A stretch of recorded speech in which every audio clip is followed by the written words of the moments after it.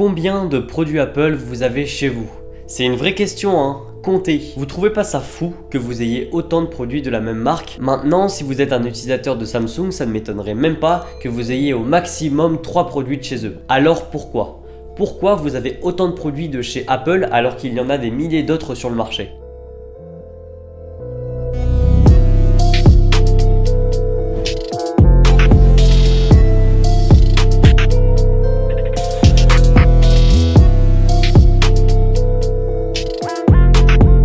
Pour répondre à cette question, il faut creuser dans le marketing d'Apple parce que oui, je vous apprends rien, c'est là où ils sont indétrônables. Et quand je parle de marketing, je ne parle pas simplement de communication, mais bien d'expérience, c'est un tout. Apple a développé une stratégie pour vous enfermer dans une bulle dorée, très compliquée d'en sortir mais très agréable. Le business model d'Apple repose surtout sur la vente de logiciels, de services, mais aussi de produits. Et quand je dis de produits, c'est plutôt des produits. Parce que c'est pas évident d'avoir un smartphone Android et un MacBook. Rien ne vous l'empêchera de le faire, mais vous ne pourrez pas profiter de toutes les fonctionnalités de votre MacBook pour lesquelles vous avez quand même payé. C'est une sorte de discrimination cachée. Certains diront que c'est pas moral et d'autres trouveront ça totalement normal. Mais dans tous les cas, peu importe votre avis, vous n'êtes pas libre dans l'écosystème d'Apple. Bon, dédramatisons un peu.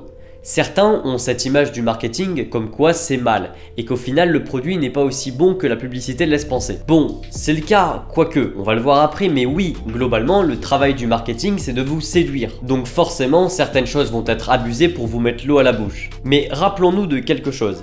Le business model numéro 1 d'Apple n'est pas la vente de produits et que donc peut-être que le produit est vraiment à la hauteur de la publicité. Ce qui serait au final favorable à Apple parce qu'il gagnerait beaucoup de crédibilité et de clients et au final beaucoup de clients pour acheter leurs services. Et vu le nombre de vidéos qu'il y a autour des produits Apple, je pense que vous avez compris que ce sont de très bons produits. La grande force d'Apple, c'est l'écosystème. Les produits sont faits pour fonctionner ensemble et beaucoup de fonctionnalités rapprochent les produits entre eux. Je pense par exemple à AirDrop, les technologies on-off, l'incroyable Universal Control, les notes synchronisées ou même tous les services Apple Music, Apple Arcade qui sont accessibles partout de manière différente dans une app unique suivant les produits que vous utilisez. Alors oui, évidemment, ça nécessite d'avoir le porte-monnaie bien rempli, mais paradoxalement, on en a pour son argent. En fait, si vous regardez bien, chaque produit a un sens et aucun n'est laissé sur le bord de la route. C'est comme s'il n'y avait pas de produits supérieurs et même des produits qui sont considérés comme vieux, obsolètes, Apple a toujours les pièces pour les réparer et Apple les suit toujours logiciellement.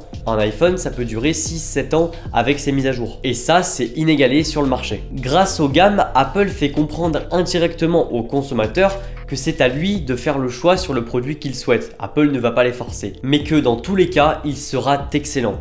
L'iPad et le MacBook illustrent parfaitement ce que je viens de dire. Cet écosystème permet d'assurer une certaine sécurité quand même. Sur un iPhone, c'est impossible d'avoir un virus, à moins de chercher à le faire. Et encore. En passant par l'App Store, vous êtes sûr d'utiliser une application qui a été vérifiée maintes et maintes fois par Apple sous toutes ses coutures. Sur Mac, c'est différent, parce qu'on peut, au même titre que Windows, télécharger une application, n'importe laquelle, sur Internet. Mais ça reste quand même une plateforme vachement sécuritaire. Et c'est ça qui donne cette image de fermeture. L'un des points les plus important selon moi quand on parle de fidéliser un utilisateur, c'est simplement de créer de bons produits. Ça paraît bête, mais créer de bons produits, c'est pas facile quand on veut rester rentable et surtout quand on veut garder la marge qu'Apple fait. Mais comment faire? Pour qu'un produit soit bon, il faut qu'il corresponde à sa cible. Rien de plus. Peu importe les spécifications, il faut qu'Apple crée un produit qui corresponde à la cible qu'ils veulent viser avec justement ce produit. Et je pense qu'ils réussissent bien dans ce domaine, non?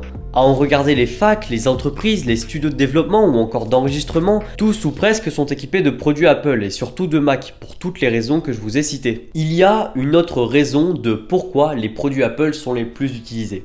Et cette raison, c'est la beauté des produits. Les finitions, les détails, ce sont des choses caractéristiques des produits d'Apple. Ça respire le premium. Personnellement, je trouve que c'est très inspirant d'avoir un produit qui est beau, qui nous donne envie de créer, et surtout quand on y passe des heures, ce qu'Apple veut. Tous les produits ont une finition irréprochable. Et Apple peaufine les choses les plus importantes quand on utilise un produit. Le clavier, les haut-parleurs, la caméra et même un simple système d'ouverture avec une charnière très bien pensée qui procure une satisfaction. Et ça, ce sont des choses qui sont bien plus importantes qu'un simple processeur quand on utilise des logiciels optimisés. Et justement, est-ce qu'au final, ce serait pas ça qu'on utilise de plus? Voici le point où Apple ne laisse rien au hasard. Ils sont très perfectionnistes et parfois ils dépassent même les limitations techniques. Essayez de lancer un logiciel de retouche photo sur un Mac qui date d'il y a 7 ans avec un processeur techniquement discutable. Donc imaginez sur un Mac M1. Et c'est là qu'on voit que la technique n'est pas très importante dans un environnement où certaines apps sont codées de manière aléatoire et en face des apps parfaitement optimisées. Et justement, quand c'est le cas, quand les apps sont très bien compilées, c'est vraiment un énorme plaisir à utiliser. Et on ne sent pas quand on passe d'une app Apple à une app tierce. On a l'impression de pouvoir faire ce qu'on veut avec un minimum de barrières techniques. C'est cette transparence qui est vraiment agréable quand on parle de produits Apple. C'est plein de petites fonctions, de petits détails qui paraissent anodins, mais mis bout à bout, on prend vraiment plaisir à utiliser ces produits et on peut se ruiner très facilement. Et je pense que c'est tout ça qui nous rend tous addicts à leurs produits. C'est cette fluidité ainsi qu'un écosystème vraiment bien pensé, très pratique pour le consommateur et qui est une mine d'or pour Apple. Il reste encore un sujet que je n'ai pas encore abordé, c'est le côté social.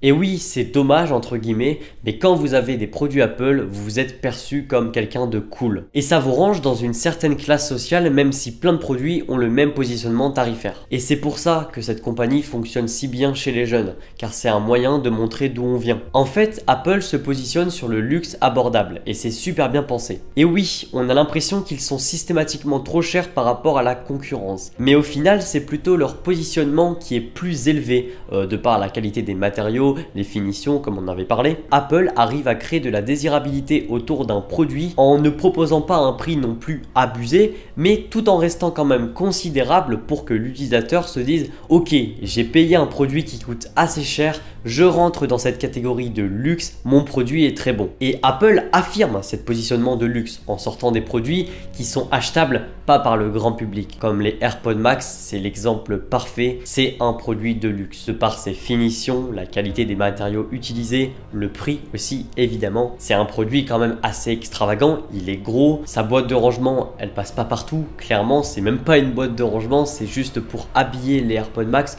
au lieu de le protéger. Et puis aussi, évidemment, le produit est très bon, il est qualitatif, il a un très bon son. Mais du coup, voilà, je vous dis ça parce que vous allez vous dire après ma vidéo, ok, Apple c'est une marque pour les bobos qui ne savent rien sur les spécifications techniques de leurs produits et qui veulent simplement frimer avec leur nouvel iPhone 14 Pro Max Ultra qui fait machine à café. Mais non, justement, ce que je veux expliquer c'est que on peut être une marque de luxe tout en vendant de très bons produits. C'est d'ailleurs le propre même de cette discipline si je puis dire. Le luxe c'est un mode de vie dans lequel on consacrerait toutes ses dépenses au superflu. À côté, un produit luxueux a pour objectif d'être précieux, raffiné, superflu aussi oui, mais de faire attention au design. Et d'après moi, pas tous les produits d'Apple sont luxueux. Ils sont tous très beaux, très bien finis, mais certains sont disons plus pragmatiques, comme les MacBook Pro 14 et 16 pouces, dans lequel la fonction définit la forme. Et donc voilà, on a vu aussi évidemment toutes les innovations chez Apple, avec les incroyables puces M1, qui sont mine de rien de petites révolutions quand même, et j'aimerais voir ça arriver chez d'autres marques. Enfin bref, n'hésitez pas de me dire votre avis en commentaire, me dire ce que vous pensez de cette analyse, et même me donner la vôtre, c'est super intéressant. Vous pouvez me suivre sur TikTok et Instagram, les liens sont dans la description. Likez, partagez la vidéo pour la faire découvrir à plus de monde et moi je vous dis à la prochaine pour une nouvelle vidéo. Allez, salut!